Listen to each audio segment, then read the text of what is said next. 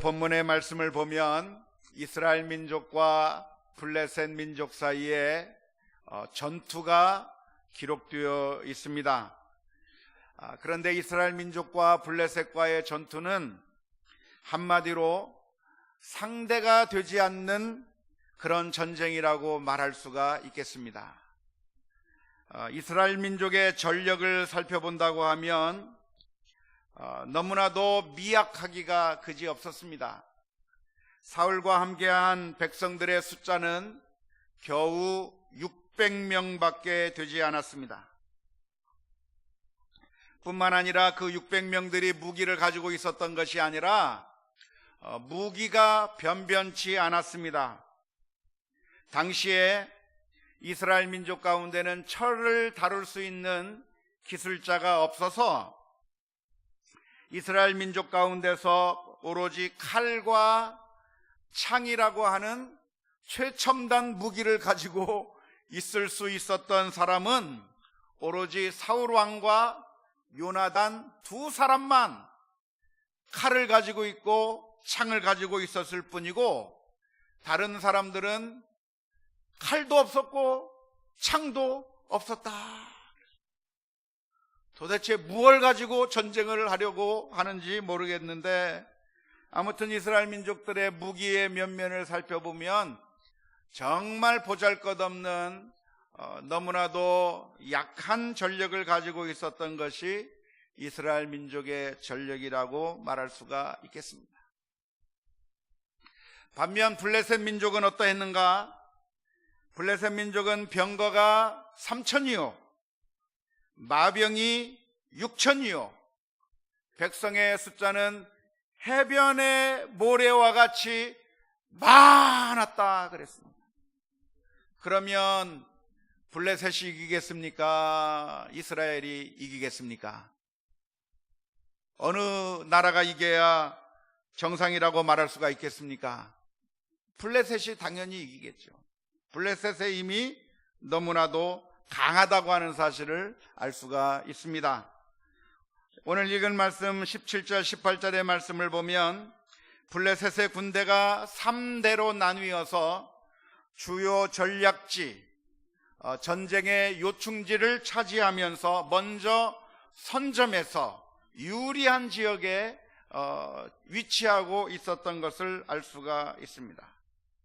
따라서 그 블레셋 민족을 바라보게 된다고 하면 이스라엘 민족들이 벌벌 떨면서 전쟁할 수 있는 그 의지를 상실하는 것이 정상이라고 말할 수 있을 텐데, 오늘 읽은 말씀 본문 14장의 말씀을 보면 그러한 상황 가운데서도 블레셋 민족을 전혀 두려워하지 않고 오히려 담대하게 싸우는 한 사람이 있었습니다. 그게 누구죠? 누굽니까? 크게 좀 대답해 주세요. 누굽니까? 네, 요나단입니다. 요나단은 자기의 무기를 든 소년에게 이렇게 이야기를 했습니다. 우리가 저 건너편으로 가서 블레셋 사람들의 부대로 건너가자. 병사들을 이끌고 이제 수많은 병사들이 함께 전쟁을 하러 가는 것도 아니고, 요나단과 요나단의 그 수종을 드는 그 병사와 함께 단 2명이서 블레셋 사람들의 진영 가운데로 들어가겠다고 이야기를 하는 겁니다.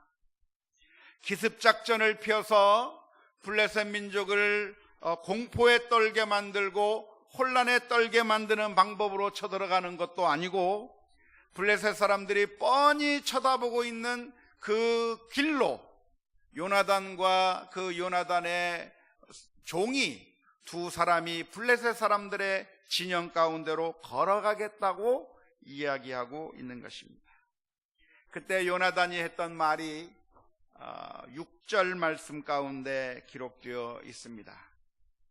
요나단이 자기의 무기를 든 소년에게 이르되 우리가 이 할례받지 않은 자들에게로 건너가자.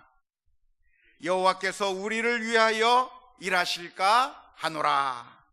여호와의 구원은 사람의 많고 적음에 달리지 아니하였느니라.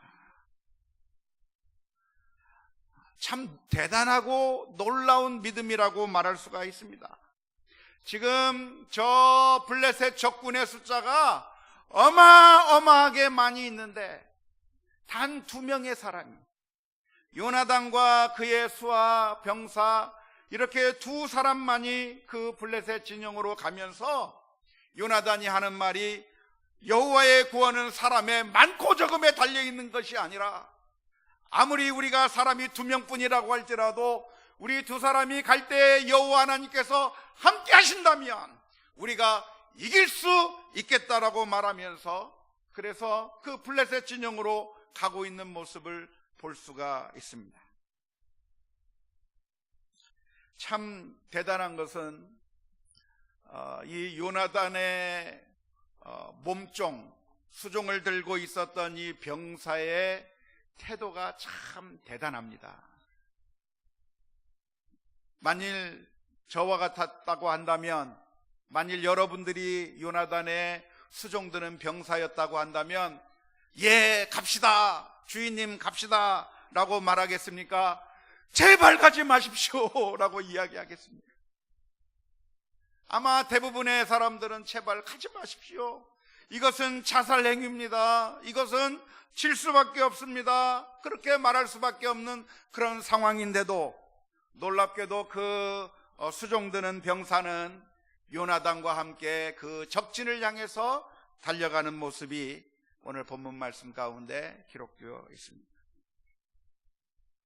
그런데 이 요나단이 올라가면서 그 요나단의 종에게 하는 말이 그냥 올라가는 것이 아니라 우리가 징조를 봐가면서 올라가자 이야기하면서 한 내용이 8절서부터 10절 말씀 가운데 기록되어 있습니다. 요나단이 이르되, 보라, 우리가 그 사람들에게로 건너가서 그들에게 보이리니, 그들이 만일 우리에게 이르기를 우리가 너희에게로 가기를 기다리라 하면 우리는 우리가 있는 곳에 가만히 서서 그들에게 올라가지 말 것이요, 그들이 만일 말하기를 우리에게로 올라오라 하면 우리가 올라갈 것은 여호와께서 그들을 우리 손에 넘기셨음이니 이것이 우리에게 표징이 되리라 하고 그랬습니다. 그러니까 이 요나단이 블레셋과 전쟁을 하러 나가는 가운데 지금 우리 숫자는 2명이지만 하나님께서 우리와 함께 하시는지 함께 하시지 않는지 확인하는 방법으로서 블레셋 사람들의 반응을 보고서 하나님께서 함께 하시는지 함께 하지 않는지에 대해서 판단해 보겠다는 겁니다. 블레셋 사람들이 말하기를 거기 가만히 섰어라, 우리가 가서 우리가 내려가겠다 하면은 이게 하나님께서 하시는 것이 아니니까 올라가지 않고 숨어 있을 것이지만, 그 블레셋 사람들이 말하기를 올라와라 올라와라 라고 이야기한다면 하나님께서 우리와 함께 하신다고 하는 징조니까 우리가 올라가서 저들과 싸우자라고 이야기를 했습니다. 그래서 이 2명의 사람이 블레셋 사람들이 뻔히 보는 그 장면을 사람들 앞에서 뻔히 보는 가운데 걸어가는데, 아니나 다를까 블레셋 사람들이 말하기를 뭐라고 대답하냐면, 거기 가만히 있어라, 우리가 가겠다고 말하는 것이 아니라 이리 올라오너라 이리 올라오너라 라고 말하는 그 소리를 듣고 2사람이 결국 올라가서 블레셋 진영에 들어가서 전쟁을 하기 시작했는데, 2사람에 의해서 쓰러진 사람의 숫자가 20명이 쓰러지게 되었고, 뿐만 아니라 그 일로 인해서 수많은 블레셋 민족 가운데 공포가 들기 시작하면서 하나님께서 그 순간에 땅을 흔드시고 지진을 일으켜 하시면서 공포가 일어나게 되었고, 그래서 결국 블레셋 사람들이 그 2사람 앞에서 패망하고 도망치게 되었다고 하는 것이 오늘 본문에 있는 하나님께서 기록해 주신 말씀인 줄로 압니다. 우리가 성경을 읽다 보면 이런 종류의 이야기들이 성경에 많이 기록되어 있습니다. 숫자가 13이고 능력이 부족하고 전략적인 면에서 많이 부족한 가운데 있었지만 그럼에도 불구하고 하나님을 철저하게 의지하고 나아가는 가운데 놀랍게도 승리하게 되었다고 하는 그 역전의 드라마, 그런 이야기가 성경에 많이 기록되어 있습니다. 그런 내용을 읽을 때마다 얼마나 짜릿짜릿한 그런 성취감을 맛보게 되는지 모릅니다. 대표적인 예가 있다고 한다면 어떤 예가 있죠? 다윗과 골리앗의 이야기가 있습니다. 골리앗이라고 하는 어마어마한 장수가 버티고 있는데 그 쓰러뜨릴 수 없는, 모두가 다 두려워할 수밖에 없는 그 골리앗 장수를 향해서 누가 나아가냐면 다윗이라고 하는 조그만 소년이 나아가는 겁니다.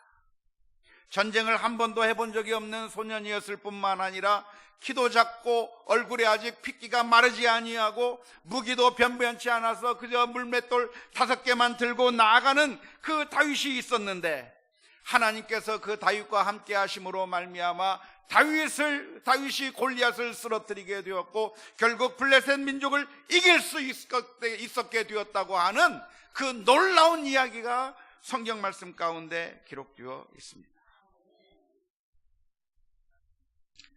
그런데 우리가 오해하시면 안 됩니다. 그러니까 우리가 아무리 숫자가 10세라고 할지라도, 전략적으로 부족하다고 할지라도 우리가 믿고 무조건 나가기만 하면 항상 승리할 수 있다고 하는 것을 보장해 주는 것이 아니기 때문에 그렇습니다. 이 이야기를 일반화시킬 수가 없는 것인데요, 대체로는 힘이 있는 쪽이 이기게 되어 있습니다. 우세한 쪽이 이기게 되어 있고 승리하게 되어 있는 것이 당연한 것인데 때때로 하나님께서 놀라운 은혜를 베풀어 주셔서 이런 역전의 드라마가 펼쳐지도록 만들어 주셨습니다. 예수님께서 이런 말씀을 해주셨어요. 누가복음 14장 31절 32절 말씀에 보면 예수님께서 이런 말씀을 해주셨습니다. 또 어떤 임금이 다른 임금과 싸우러 갈 때에 먼저 앉아 1만 명으로서 저 2만 명을 거느리고 오는 자를 대적할 수 있을까 헤아리지 아니하겠느냐. 만일 못할 터이면 그가 아직 멀리 있을 때에 사신을 보내어 화친을 청할지니라. 예수님께서는 말씀하시기를 너희가 숫자가 적어도 2만 명 겁내지 말고 두려워하지 말고 나가서 싸워서 이겨라. 예수님께서 그렇게 말씀해 주신 것이 아니라 너희들이 가지고 있는 그 힘이 얼마인지, 전투력이 얼마나 되는지 판단해 보아서 전쟁에서 이길 수 없다고 한다면 화친을 청하는 것이 옳다고 예수님께서 말씀해 주셨던 것입니다. 그러니까 믿음으로 산다고 하는 것은, 믿음으로 신앙으로 산다고 하는 것은 계산상 불가능한 일을 무대뽀로 밀어붙이는 것이 믿음이 있는 일이고, 상식적으로 행동하는 것은 그것은 불신앙적인 일이라고 말할 수가 없다고 하는 사실을 우리가 분명하게 기억할 필요가 있습니다. 조금 전에 읽었던 그 누가복음 14장의 말씀 앞부분에서는 예수님께서 또한 이렇게 말씀해 주셨습니다. 누가 망대를 세우려고 한다고 하면 자기가 가지고 있는 그 재정으로, 그 예산으로 이 망대를 지을 만한 충분한 예산이 있는가 세우기 전에 미리 따져보고 계산해보고 그 망대를 지을 만한 충분한 예산이 있으면 망대를 지을 것이지만 그 예산이 부족하다고 한다면 섣불리 망대를 건축하는 일에 뛰어들어서 결국 짓다가 예산이 다 떨어져 기초만 세우고 망대를 짓다마는 그런 어리석은 일을 할 것이 아니라 내가 가지고 있는 재정 능력으로 충분히 이것을 할 수 있는지 먼저 앉아 헤아려 보고 계산해 보아야 된다고 예수님께서 말씀을 해 주셨습니다. 그러니까 믿음이라고 하는 것은 내게 부족한 것을 가지고 무조건 밀어붙이고 무조건 해나가는 것이 우리의 숫자가 연약함에도 불구하고 하나님께서 나와 함께 하실 거니까 전쟁에서 이길 수 있다고 하면서 덤비거나, 내 재정이 부족함에도 불구하고 이 조그만 재정으로 무엇이든지 할 수 있다 생각하고 무조건 달려드는 것이 믿음이 있는 것이 아니라, 예수님께서는 오히려 우리로 하여금 너희들이 숫자가 얼마나 되는지, 재정이 얼마나 되는지 먼저 계산해보고 그 수준에 따라서 행동하는 것이 옳다고 예수님께서 말씀해 주셨다고 하는 사실을 기억해야 될 줄로 믿습니다. 우리가 성경을 읽으면서 이런 역전승의 드라마, 요나단과 그 병사가 블레셋 민족을 물리친 이야기, 다윗이 골리앗을 물리친 이야기, 기드온의 300용사가 미디안 족속들을 물리친 이야기들을 읽으면서, 그러니까 우리가 아무리 숫자가 적어도 무슨 일이든지 할 수 있다라고 생각하는 것이, 그것이 대단한 믿음처럼 보이는 것이고 꼭 그렇게 해야만 되는 것이라고 생각할 때가 많이 있지만, 불가능한 것을 무조건 믿음을 가지고 밀어붙이는 것이, 그것이 건전한 신앙이라고 말할 수는 없을 것이라고 믿습니다. 특히 우리 한국 교회에서 늘 실수하고 늘 잘못 적용해서 하는 것들이 바로 이 문제가 아닐까 싶습니다. 교회가 교회당을 건축한다고 하면서 밀어붙이는데, 불가능한 상황 가운데서 인원이 얼마 되지도 않아요. 교인 숫자가 얼마 많지도 않아요. 그리고 가지고 있는 재정도 넉넉지 않아요. 그런데 어마어마한 건축을 꿈꾸면서 밀어붙이는 겁니다. 그래서 큰 건축을 짓게 되었고, 처음에는 불가능해 보였지만, 그러나 결국 밀어붙여서 믿음을 가지고 기도하면서 밀어붙였더니 결국은 교회당을 완공하게 되었고, 자신들의 능력으로 할 수 없었던 그 건축을 온전히 이룰 수 있게 되었을 뿐만 아니라, 건축한 후에 수많은 사람들이 몰려들어서 결국 그 빚도 다 갚고, 그래서 이제는 부흥하게 되었다고 하는 그런 너무나도 듣기만 해도 가슴 벅찬 그런 건축의 간증 이야기들을 우리들이 많이 들을 수가 있습니다. 우리 주변에서 그런 이야기들을 많이 듣습니다. 하지만 그런 얘기들만 있는 것이 아니라, 사실 그렇게 성공한 예는 정말 수많은 시도 가운데서 몇 건만이 그렇게 되었을 뿐이고, 사실 수많은 교회들이 그렇게 무리하게 건축을 했다가 결국 빚에 교회당이 팔려버리고 경매가 되어서 결국 성도들이 땀 흘려 눈물 흘리면서 기도하고 헌금했던 그래서 건축했던 그 교회당이 결국에는 팔려버리는데, 심지어 이단들에게까지 팔려버리는 그런 안타까운 결과가 우리 주변에서 많이 일어나고 있다고 하는 그런 이야기들도 많이 듣게 됩니다. 아마 혹시 들으셨는지 모르겠지만, 저 서울 경기도 근처에 526억짜리 교회당 경매가 나왔다고 그래요. 정말 어마어마한 돈을 들여서 교회를 졌지만 결국 그 교회가 빚을 다 갚지 못해서 결국 경매에 넘어가게 되었고, 결국은 이단들에게로 넘어갔다고 하는 그런 안타까운 이야기를 듣습니다. 제 동창 목사님도 정말 꿈을 가지고서 열심히 교회당을 건축했지만 결국에는 갚지 못하는 상황이 되어버려서 결국에는 이자의 그 문제 때문에 고생하다가 결국에는 은행에 넘겨버리고 다시 처음부터 맨 밑바닥부터 다시 시작하게 되었다고 하는 그런 이야기도 듣게 됩니다.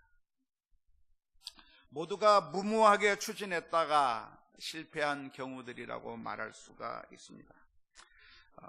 하나님께서는 우리들에게 생각할 수 있는 지혜와 판단할 수 있는 이성을 우리 모두에게 주셨기 때문에 우리가 어떤 일을 할 때 그냥 무대뽀로 밀고 나가는 것이 신앙이 아니라 사실은 이것저것 따져보고 가능성을 계산해 보는 것은 불신앙적인 것이 아니라 하나님께서 우리들에게 주신 이성과 판단력을 정확하게 활용하는 건전한 것이라고 하는 사실을 기억해야 되는 것이고, 우리 교회 가운데서 상식이 사라져버리는 것이 아니라 사실 상식은 하나님께서 주신 것이기 때문에 상식과 원칙을 살리는 것이 바른 신앙생활의 태도라고 기억해야 될 줄로 믿습니다.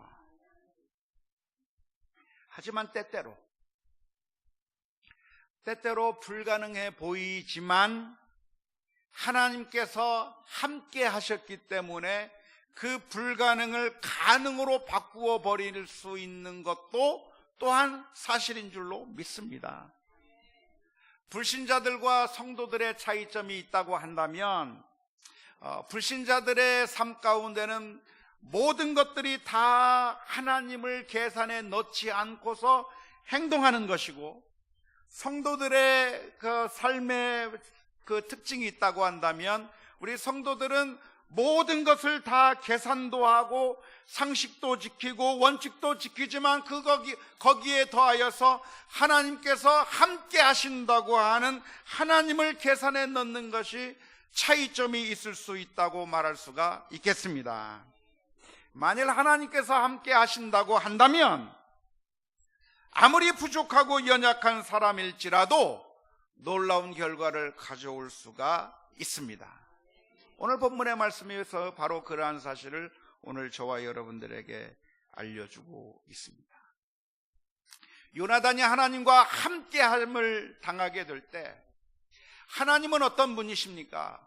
전능하신 하나님이기 때문에 그 전능하신 하나님 앞에서는 우리의 힘이 너무나도 미약하다 한들 전능하신 하나님을 당해낼 사람들이 없기 때문에 그 어떠한 블레셋 군대라고 할지라도 강한 군대라고 할지라도 그 하나님 앞에서 아무런 힘도 쓸 수가 없기 때문에 결국 요나단과 그 병사 두 사람에 의해서 블레셋 민족이 그 전쟁 가운데서 져서 도망가게 되는 결과를 가져오게 된 줄로 믿습니다.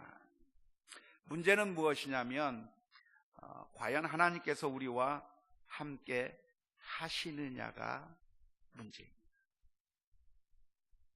하나님께서 함께 하시면 되는데 과연 하나님께서 우리와 함께 하시는가? 이것이 문제예요.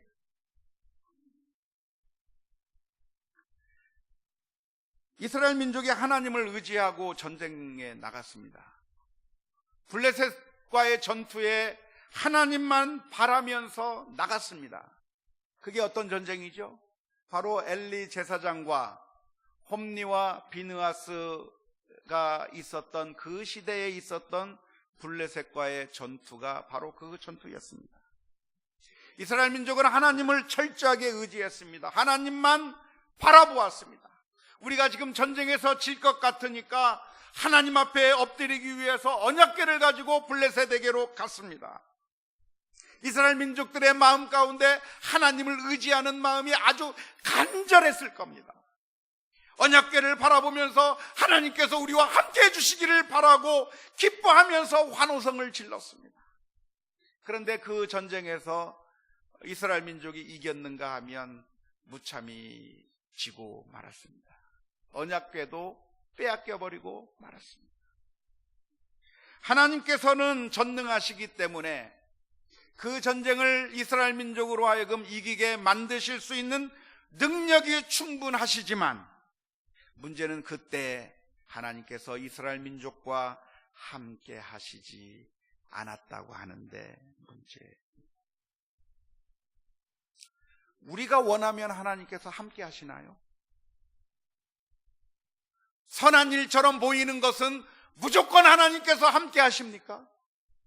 예를 들어서 우리가 교회를 짓는다고 하면, 교회당을 짓는다고 하면 그것은 좋은 일이고 선한 일이고 하나님께서 하시는 일이기 때문에 모든 교회가 교회당을 짓는다고 한다면 무조건 하나님께서 그 역사 가운데 함께 하셔야만 하느냐, 이 말이에요.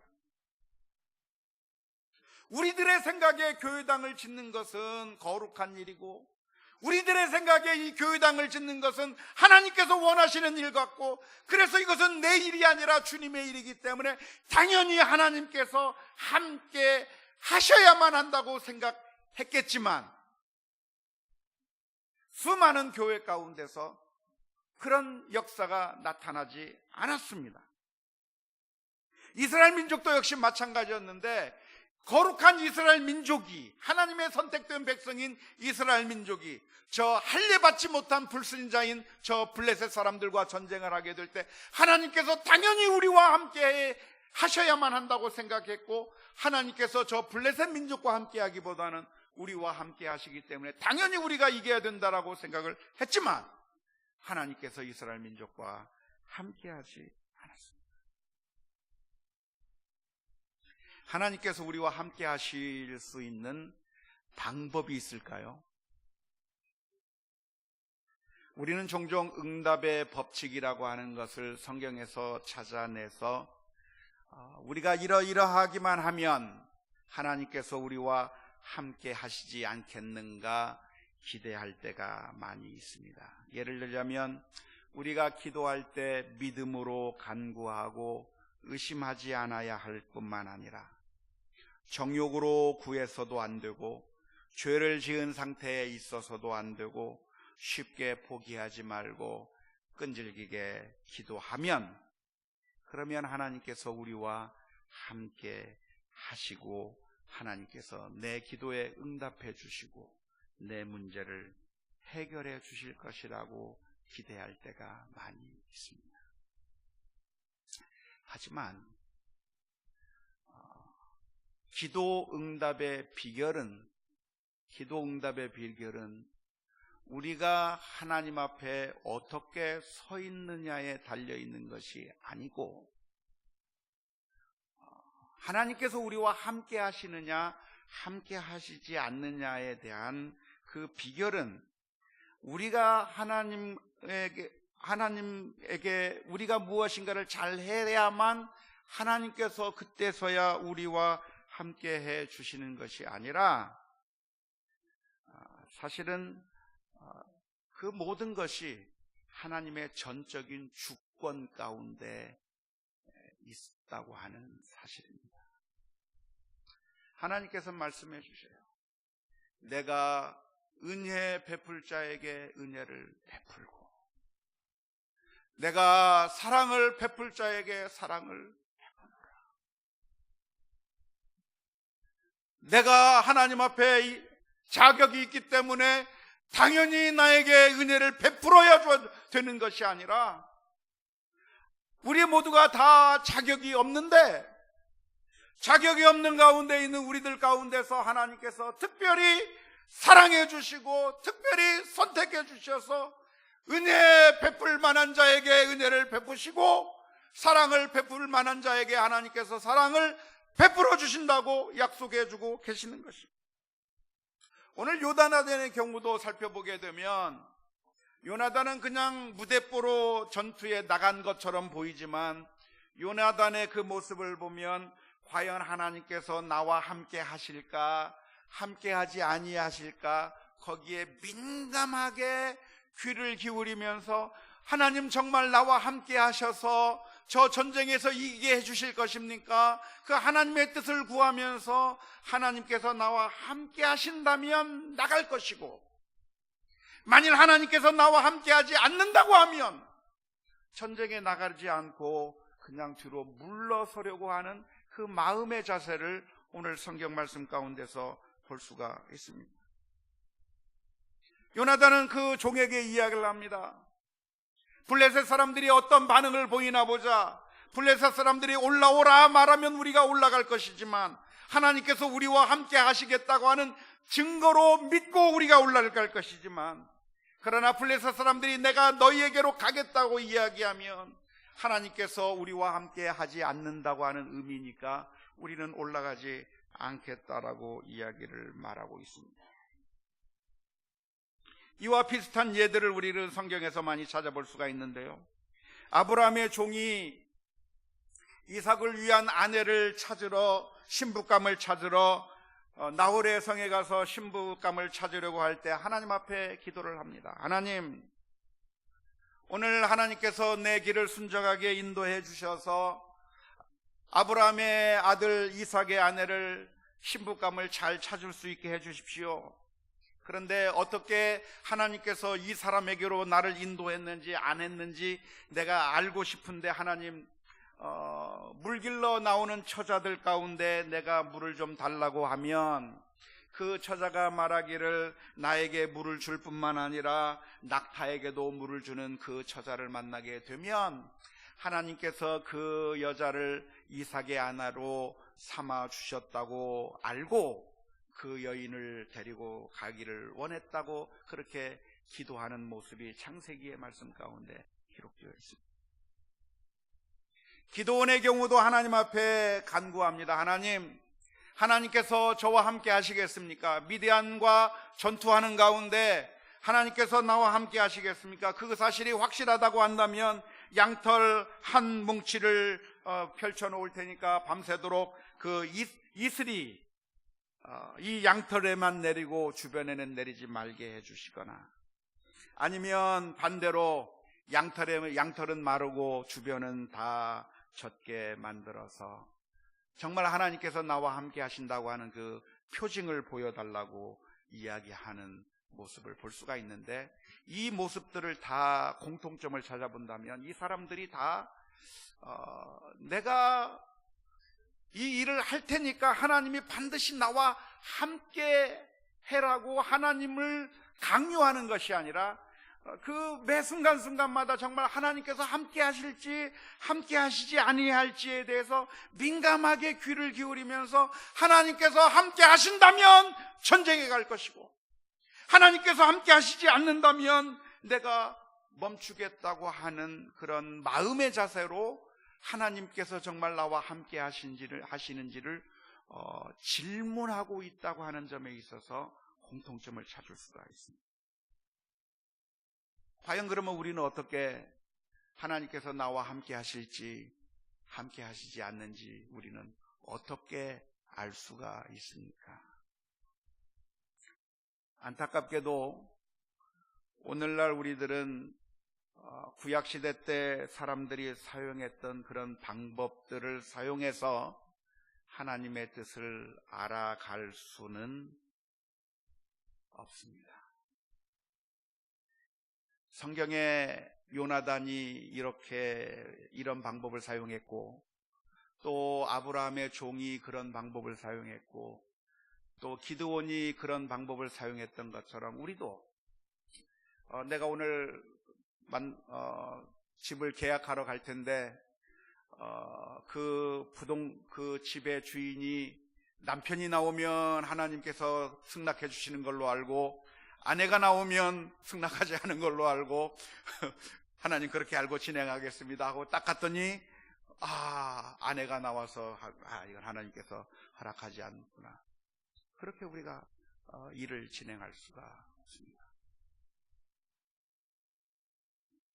구약시대 때는 하나님의 뜻이 온전하게 우리들에게 다 계시되지 아니한 상태였기 때문에 그 당시 성도들에게는 하나님의 말씀 성경 66권이 기록되지 않고 아직 하나님의 밝히 드러난 뜻이 성경을 통해서 아직 나타나지 않았을 때였기 때문에 그때 하나님께서 여러 가지 방법을 통해서 하나님의 뜻을 알려주시곤 했습니다. 그때 사용했던 방법이 제비 뽑기였기도 했고, 우림과 둠밈이라고 하는 것을 사용하기도 했고, 또는 오늘 요나단이 했던 것처럼 기드온처럼 아브라함의 종처럼 그런 방법들을 통해서 하나님이 과연 무엇을 원하시는지 그 하나님의 뜻을 알아가는 그 방법을 사용하곤 했습니다.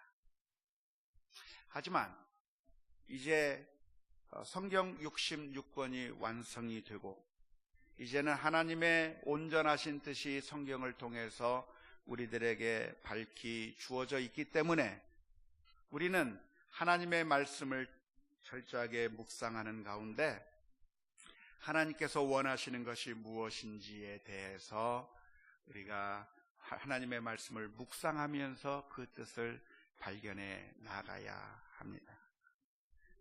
결혼할 때 이 남자를 선택할지 저 남자를 선택해야 할지, 사람을 선택할 때 이 사람을 뽑을지 저 사람을 뽑을지, 직장을 선택할 때 이것을 할지 저것을 선택할지, 여러 가지 인생의 중대사의 문제에 있어서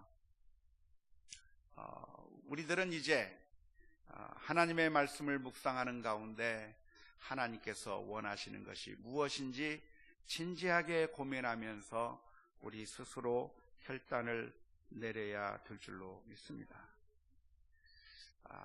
우리 성도님들 가운데 점을 보러 가시는 분도 계시나요?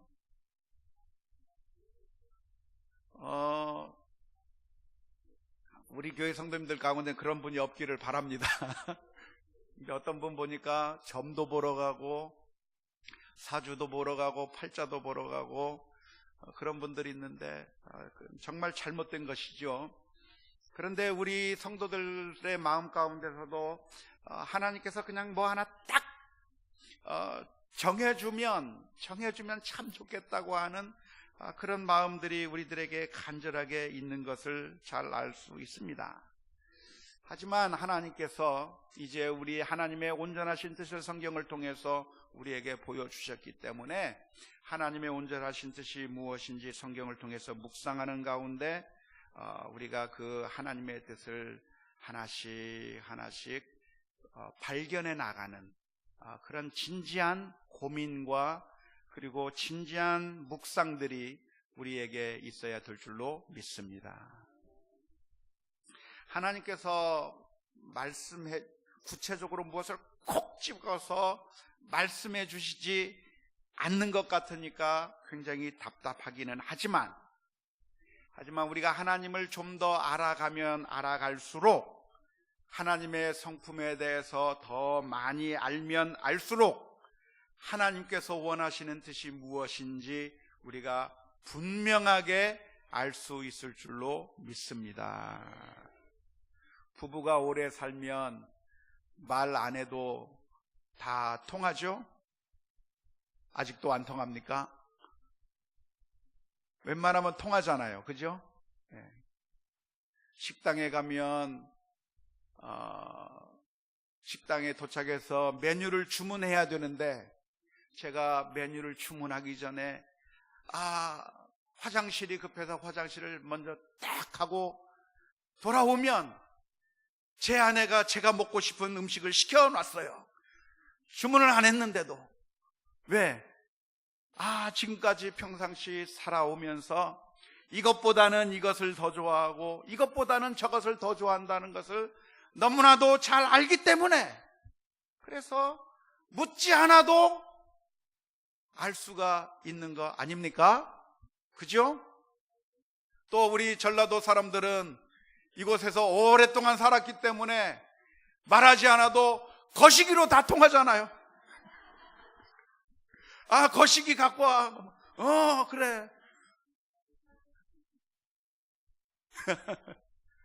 그래서 우리 전라도 분들이 신앙생활을 잘 하시는 것 같아요.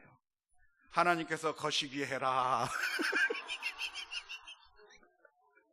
확실하게 안 알려줘도 예, 거시기 하는군요.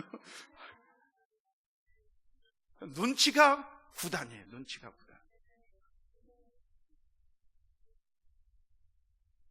예수님은 눈치가 백단이었어요. 성부 하나님과 성자 예수님 사이에 대화가 눈치가 백단이에요. 하나님 앞에 예수님께서 기도합니다. 하나님, 할 수만 있으면 이 잔을 내게서 옮겨 주옵소서.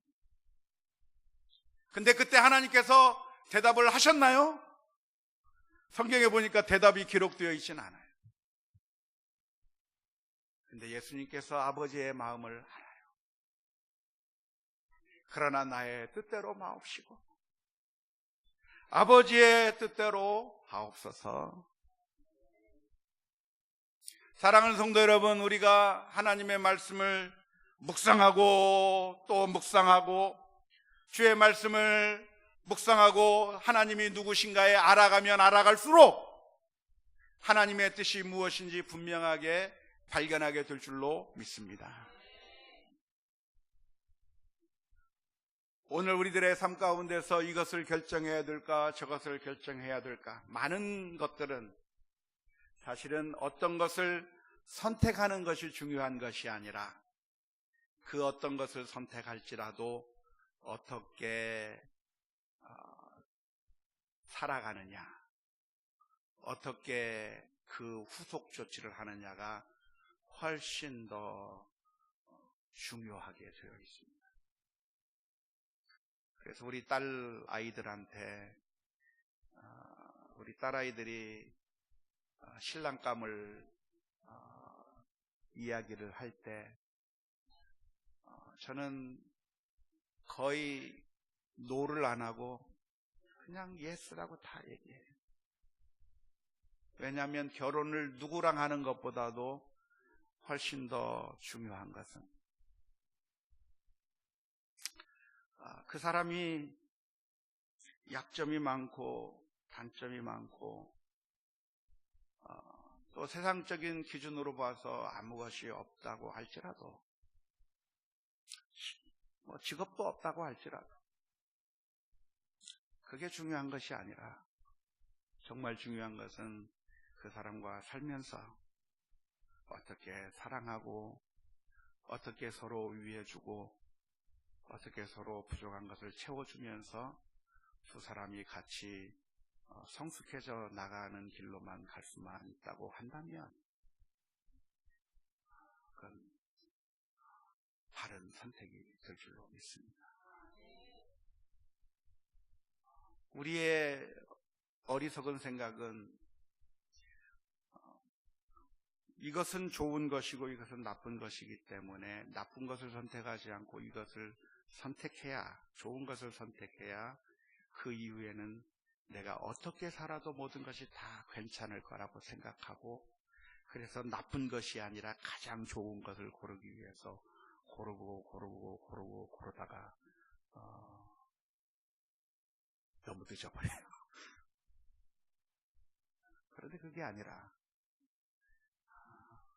더 정말 중요한 것은 하나님의 뜻대로 같이 맞춰가서 살아가는 것이 훨씬 더 소중한 줄로 믿습니다.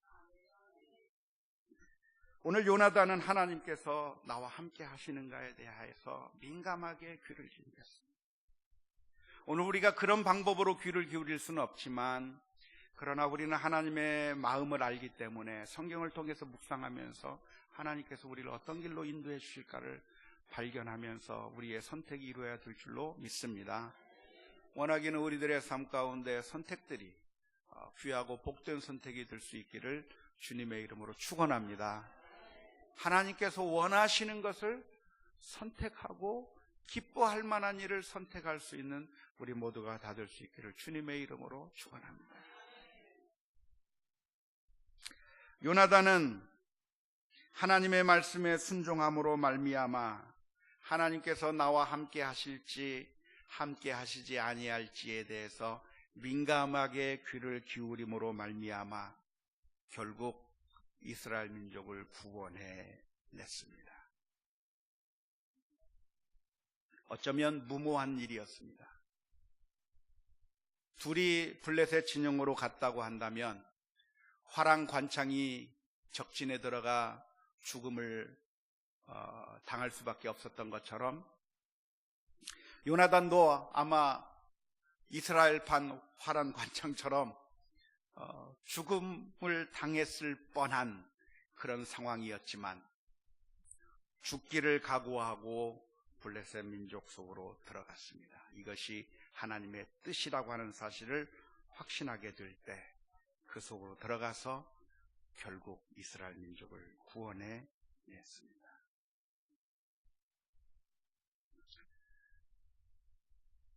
그래서 이스라엘 민족들은 살게 됐습니다.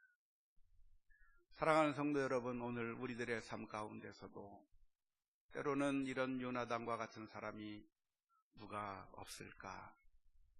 우리는 늘 기다려집니다.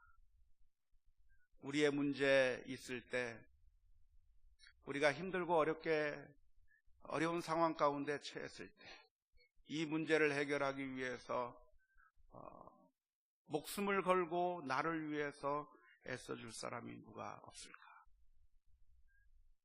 불이 나서 사람들이 다 죽어가는 그 상황 가운데서 소화기를 들고 불 속으로 뛰어드는 소방관과 같은 사람이 누가 없을까? 위기에 처한 우리 가정, 누가 자신의 모든 것들을 다 바쳐 우리 가정을 온전하게 되돌려 놓을 사람이 없을까? 힘들고 어려운 상황 가운데 있는 나의 삶, 누가 내 문제를 가지고서 해결해 줄 사람이 없을까? 너무나도 갈망하며 기다리게 되는 것이 우리들의 인생인데, 사랑하는 성도 여러분, 그 옛날 요나단이 적진으로 홀로 뛰어 들어간 것처럼 예수님께서 이 세상에 오셔서 십자가를 향해서 가셨습니다. 죽음의 길이요, 온전히 저 죽음의 권세로 예수님을 죽이려고 달려드는 그 수많은 무리들을 향해서 엄청난 종교 권력과 로마 정부 앞에서 힘없는 목수의 아들로 태어난 너무나도 나약한 예수님께서 이것이 하나님의 뜻이라고 하는 사실을 발견하고 그 십자가에 매어 달림으로 말미암아 결국 저와 여러분들을 구원해 주신 줄로 믿습니다. 오늘 우리들의 주변을 바라보면 소망이 없습니다. 우리의 대적이 너무나도 막강해서 우리는 싸울 용기조차 없는 것이고, 우리의 힘은 너무나도 부족해서 정말 우리는 기도할 용기조차도 나지 않는 것이 우리들의 모습입니다. 하지만 요나단이 목숨을 걸고 들어간 것처럼 예수님께서 우리 위해서 구원을 베풀기 위하여 십자가로 돌진해 가셨던 것을 기억하며 주님께만 우리의 소망을 두는 우리 모두가 다 될 수 있기를 주님의 이름으로 축원합니다. 우리 함께 같이 찬양했으면 좋겠습니다. 325장 찬양하겠습니다.